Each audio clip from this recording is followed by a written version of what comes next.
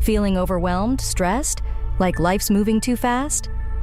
Take a breath, take 5 minutes, and take stock of all you have to be grateful for. I'm Olivia, and I invite you to join me for 5 Minutes of Gratitude, the podcast that transforms your outlook in the time it takes to drink your morning coffee. Together, we'll explore the power of thankfulness. From life's big blessings to its smallest joys, we'll discover how gratitude can change everything. 5 Minutes of Gratitude, because a thankful heart is a happy heart. Follow 5 Minutes of Gratitude now, wherever you get your podcasts, and let's start our gratitude journey together. Tired of doom scrolling? Time for a dose of awesome. 5 Good News Stories is your happy place, where underdogs become champions, crossing guards become legends, and impossible dreams come true. We're serving up 5 fresh reasons to believe in humanity. From world records to cute animal stories to that guy who turned his pizza shop into a homeless shelter. These are the stories that'll make you go, wait, what? That's amazing! Ready for your good news fix? Follow 5 Good News Stories wherever you get your podcasts, because let's face it, we could all use more awesome in our lives. The number 5 Good News Stories. Calaroga Shark Media.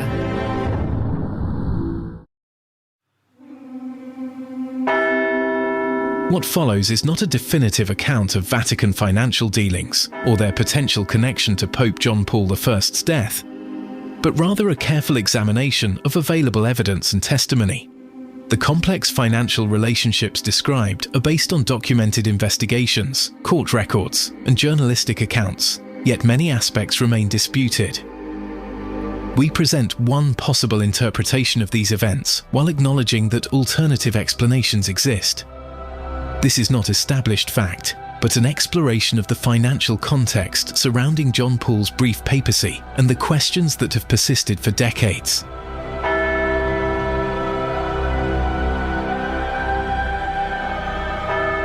This is White Smoke, Episode 7. God's Bankers. You can't run the church on Hail Marys, money and faith. Throughout history, these two forces have existed in uneasy tension within religious institutions. The Catholic Church, with assets worth billions spread across the globe, has long faced the challenge of balancing its spiritual mission with financial necessities. By the 1970s, the Vatican's financial operations had grown increasingly complex. At the center of this financial web stood the Institute for Religious Works, commonly known as the Vatican Bank. Officially established in 1942, but with roots stretching back to the 19th century, the bank operated under a distinctive regulatory framework. While subject to internal oversight, it maintained significant confidentiality regarding its operations and account holders, a practice intended to protect the privacy of religious organizations and clergy. When Albino Luciani became Pope John Paul I in August 1978, he inherited not just the spiritual leadership of the Catholic Church, but also ultimate authority over this financial institution. According to some accounts and later speculation, he may have harbored concerns about certain aspects of Vatican finances. These alleged concerns have become a central element in many theories about his unexpected death after just 33 days as Pope, though such connections remain largely speculative. Today, we examine the financial context of John Paul I's brief papacy. We explore his planned reforms to Vatican finances, key figures in the Vatican's financial world, and how these elements factor into theories about his sudden death. This is the story of God's bankers and the Pope who may have died trying to reform them. To understand the financial world that John Paul I entered in 1978, we must first understand the unique nature of Vatican finances. The Vatican's financial structure in the 1970s consisted of several key components. First was the administration of the patrimony of the Holy See, which managed the Vatican's real estate holdings and investments.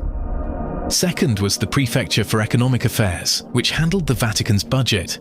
And third, perhaps most importantly, was the Institute for Religious Works, the Vatican Bank. The Vatican Bank functioned differently from typical commercial banks in several respects.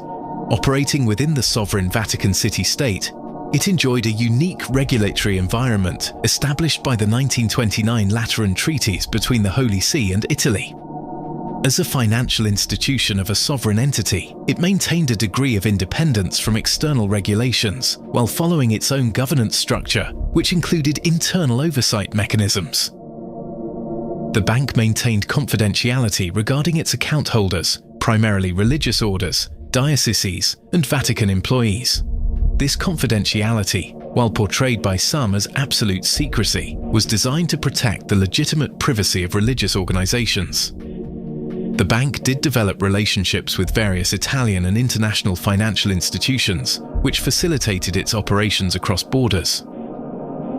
By the 1970s, the Vatican Bank held accounts for Catholic dioceses, religious orders, and Vatican employees, but it also reportedly held accounts for wealthy individuals, corporations, and political organizations with no clear connection to the Church's religious mission.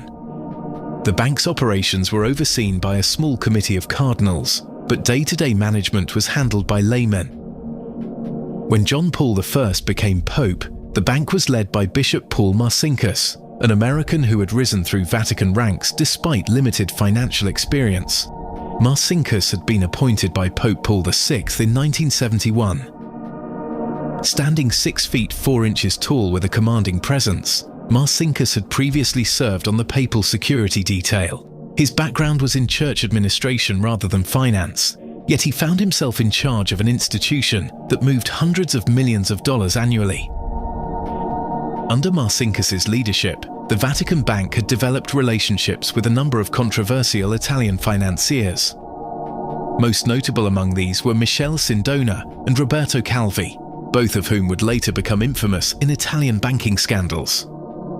Sindona had managed portions of the Vatican's investments since the 1960s. By the time John Paul I became Pope, Sindona's financial empire was crumbling amid allegations of fraud, money laundering, and connections to organized crime. His Banca Privata Italiana had collapsed in 1974, creating losses that reportedly affected Vatican investments. Roberto Calvi, chairman of Banco Ambrosiano, had developed an even closer relationship with the Vatican Bank. Through a complex series of offshore companies and transactions, the Vatican Bank had become deeply entangled with Banco Ambrosiano's operations. These relationships would later prove disastrous when Banco Ambrosiano collapsed in 1982 in one of Italy's largest banking scandals. This was the financial landscape that John Paul I confronted upon his election: a secretive bank with limited oversight, relationships with controversial financiers, and increasingly complex international transactions that had little apparent connection to the Church's religious mission. Albino Luciani did not arrive at the papacy as a financial expert. As Patriarch of Venice, he had managed his diocese's finances with characteristic simplicity and transparency. He lived modestly and emphasized the Church's responsibility to the poor. His approach to money was shaped by his humble upbringing in Italy's impoverished north and his deep belief in the Church's mission to serve rather than accumulate wealth. While not financially naive, Luciani's financial experience was primarily in diocesan administration. As Cardinal of Venice, he had overseen the sale of the diocese's shares in Banca Cattolica del Veneto when it was acquired by Calvi's Banco Ambrosiano. Some accounts suggest he may have had reservations about certain aspects of this transaction, though documented evidence of his specific concerns is limited. After becoming Pope, John Paul I would have received standard briefings about Vatican finances as part of his new responsibilities. Some claimed the Pope was deeply troubled by what he learned about the Vatican Bank's operations. Whether John Paul I intended to implement significant changes to Vatican financial practices remains an open question, while some sources suggest he had scheduled meetings to discuss Vatican finances. The evidence for specific reform plans is largely circumstantial or based on second-hand accounts. Some speculative accounts suggest the Pope may have been concerned about the Vatican Bank's relationship with Banco Ambrosiano and its chairman, Roberto Calvi, particularly regarding letters of patronage provided to offshore companies. However, no official documents or direct testimonies confirm these specific concerns. What can be said with more confidence is that John Paul I's general approach to church governance emphasized simplicity, pastoral care, and ethical conduct. It would be consistent with his character and previous leadership style to expect that he would have brought these values to his oversight of Vatican finances, though the specific policies he might have implemented remain a matter of conjecture. Various potential reforms have been attributed to his brief papacy by different authors and commentators. Some suggest he might have considered leadership changes at the Vatican Bank, including possibly replacing Bishop Marcinkus, though direct evidence for this intention is lacking. Others speculate he would have sought greater transparency in Vatican finances, which would align with his general approach to church governance. Still others propose he might have reviewed the Vatican's investment policies to better align them with Catholic social teaching, without documentary evidence or official Vatican records confirming these specific intentions. Such proposed reforms remain speculative.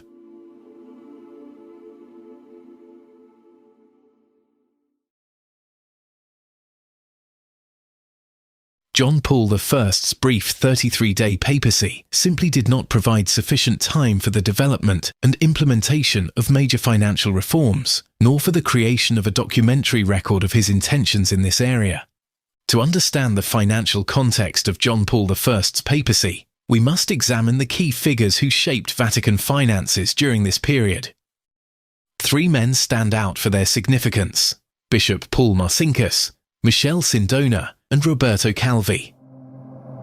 Bishop Paul Marcinkus, as president of the Vatican Bank from 1971 to 1989, wielded extraordinary influence over Vatican finances. Born in Cicero, Illinois, a town infamous for its connections to organized crime during the Al Capone era, Marcinkus had risen through Vatican ranks primarily as a papal aide and security coordinator. His appointment to lead the Vatican Bank surprised many, given his limited financial experience, yet Pope Paul VI trusted Marcinkus and valued his loyalty. Under Marcinkus's leadership, the Vatican Bank became increasingly involved in complex international financial transactions. When questioned about controversial financial decisions, Marcinkus reportedly responded, "You can't run the church on Hail Marys." This statement reflected his pragmatic approach to church finances, an approach that prioritized financial returns over strict adherence to traditional church values. Marcinkus remained at the Vatican Bank for years after John Paul I's death. In the 1980s, Italian authorities attempted to arrest him in connection with the collapse of Banco Ambrosiano, but he avoided prosecution by remaining within Vatican territory, which was beyond Italian jurisdiction. He consistently denied any wrongdoing until his death in 2006. Michele Sindona represented a different facet of Vatican finances. A Sicilian-born financier, Sindona had built a banking empire that stretched from Italy to Switzerland to the United States. By the late 1960s, he had become an important financial advisor to the Vatican, managing significant investments. Sindona cultivated an image as a financial genius and staunch anti-communist, qualities that appealed to Vatican officials during the Cold War. His connections extended beyond the financial world to political leaders, particularly in Italy's Christian Democratic Party, and allegedly to both the Mafia and the secret Masonic Lodge P2. By the time John Paul I became Pope, Sindona's financial empire was collapsing. His Franklin National Bank in the United States had failed in 1974, at that time the largest bank failure in American history. Italian authorities were investigating him for fraud, and his financial relationship with the Vatican had reportedly resulted in significant losses for church investments. Sindona's story would end tragically. In 1986, while serving a prison sentence in Italy for ordering a murder, he died after drinking coffee laced with cyanide. Whether his death was suicide or murder has never been definitively established. The third key figure in this financial triangle was Roberto Calvi, chairman of Banco Ambrosiano. Calvi had established a close relationship with the Vatican Bank, creating a complex network of offshore companies in which the Vatican Bank held partial ownership or provided letters of patronage. Like Sindona, Calvi cultivated powerful connections in Italian politics, finance, and allegedly within secretive organizations like the P2 Masonic Lodge. His nickname in Italian financial circles was God's Banker due to his close ties with the Vatican. Calvi's relationship with the Vatican Bank deepened under Marcinkus's leadership. The two institutions became entangled in a web of transactions that remains difficult to unravel even decades later.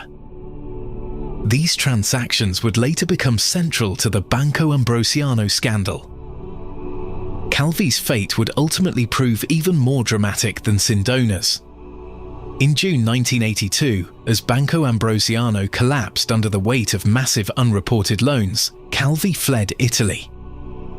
Days later, his body was found hanging from London's Blackfriars Bridge, his pockets weighted with bricks.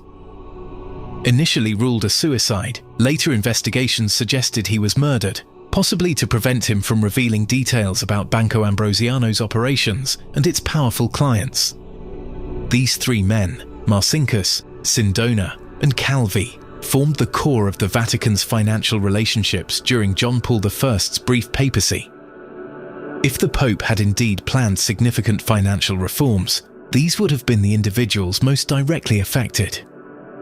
The unusual circumstances surrounding John Paul I's death, combined with speculations about potential Vatican financial reforms, have led some authors and investigators to theorize about possible connections between these two aspects of his papacy. It must be emphasized that no credible evidence has ever emerged linking Vatican financial officials or their associates to the Pope's death. The official explanation, that he died of a heart attack, is medically plausible given his health history. However, questions about the handling of his death and the lack of an autopsy have provided fertile ground for alternative narratives. Several theoretical financial motives have been proposed in books, articles, and documentaries over the decades, though these remain in the realm of speculation. Some have suggested that if John Paul I had planned to make changes at the Vatican Bank, including possibly removing Bishop Marcinkus from leadership, this might have threatened established financial arrangements. However, there is no documented evidence that such plans were imminent or had been communicated to Vatican officials. Others have theorized that increased scrutiny of the Vatican Bank's operations might have uncovered questionable practices that certain individuals would have preferred to keep private, while the Vatican Bank would later face scrutiny for some of its practices. Connecting this to John Paul I's death requires substantial conjecture. Another theory suggests that changing the relationship between the Vatican Bank and Banco Ambrosiano might have accelerated the collapse of Calvi's financial institutions. While Banco Ambrosiano did indeed collapse in 1982, connecting this directly to potential actions by John Paul I 4 years earlier remains speculative. Some authors have claimed that greater transparency in Vatican finances would have been contrary to the interests of various individuals and organizations, while increased transparency might indeed have had wide-ranging implications. Attributing specific motives to individuals without documentary evidence risks veering into unsubstantiated conspiracy theories. The most detailed argument for a financial motive behind John Paul I's death was presented by David Yallop in his 1984 book, In God's Name, was the Pope was murdered to prevent financial reforms that would have exposed corruption and criminal activities. British journalist John Cornwell has presented a detailed case for the official explanation of natural causes. What is beyond dispute is that in the years following John Paul I's death, many of the financial relationships he reportedly questioned unraveled in scandal. In 1981, the existence of the secretive P2 Masonic Lodge was revealed, exposing a network that included prominent figures in Italian banking, politics, and security services. Both Sindona and Calvi were members, as were numerous other figures connected to Vatican financial operations. In 1982, Banco Ambrosiano collapsed after the discovery of $1.3 billion in unsecured loans, many to Vatican-connected shell companies. The Vatican Bank, while denying legal responsibility, eventually paid $150 million to Banco Ambrosiano's creditors. In 1984, Sindona was convicted of fraud in the United States. 2 years later, while imprisoned in Italy, he died by poisoning after reportedly telling associates he was about to reveal important information about his financial operations. In 1982, Roberto Calvi was found dead in London under circumstances that suggested murder rather than the initially ruled suicide. Investigations continued for decades, with Italian prosecutors eventually charging 5 individuals with his murder, though all were acquitted in 2007. These subsequent events lend credibility to concerns John Paul I may have had about Vatican finances. However, they do not prove that these concerns led to his death. The timing, his death occurring just as he reportedly prepared to address these financial issues, may be coincidental rather than causal. The question of whether financial motives played a role in John Paul I's death remains unanswered. Like many aspects of his brief papacy, the truth lies buried beneath layers of secrecy, changing explanations, and the passage of time. The financial landscape that Pope John Paul I encountered upon becoming Pope in August 1978 was undoubtedly complex.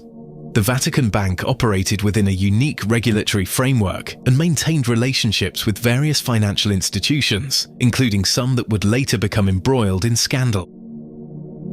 What remains unclear is the extent to which John Paul I engaged with Vatican finances during his brief 33-day papacy, and whether he formulated specific plans for reform. The gap between documented facts and various claims has created space for numerous theories and speculations. The financial scandals that unfolded in the years following his papacy, particularly the collapse of Banco Ambrosiano in 1982 and the subsequent investigations into its connections with the Vatican Bank, demonstrate that there were indeed issues within the Vatican's financial system that would eventually require addressing. However, drawing direct connections between these later events and John Paul I's papacy requires caution. What can be said with reasonable confidence is that John Paul I approached his papacy with an emphasis on simplicity, ethical conduct, and service, values that would have informed his approach to all aspects of church governance, including finances. The substantial reforms to Vatican financial practices that began under Popes Benedict XVI and Francis, emphasizing greater transparency and alignment with international standards, reflect values that would likely have resonated with Albino Luciani's vision for the Church. The story of God's bankers during this period highlights the inherent tension between spiritual mission and worldly operations that all religious institutions must navigate. The Vatican Bank, Bishop Marcinkus, Michele Sindona, and Roberto Calvi represent a chapter in Vatican financial history marked by controversy and ultimately reform. Perhaps the most meaningful legacy of this period is the ongoing dialogue about how religious institutions should manage their finances with transparency, ethical integrity, and alignment with their spiritual values. This dialogue continues to shape Vatican financial practices today. This has been a production of Calaroga Shark Media, portions of which were made with the help of AI narration.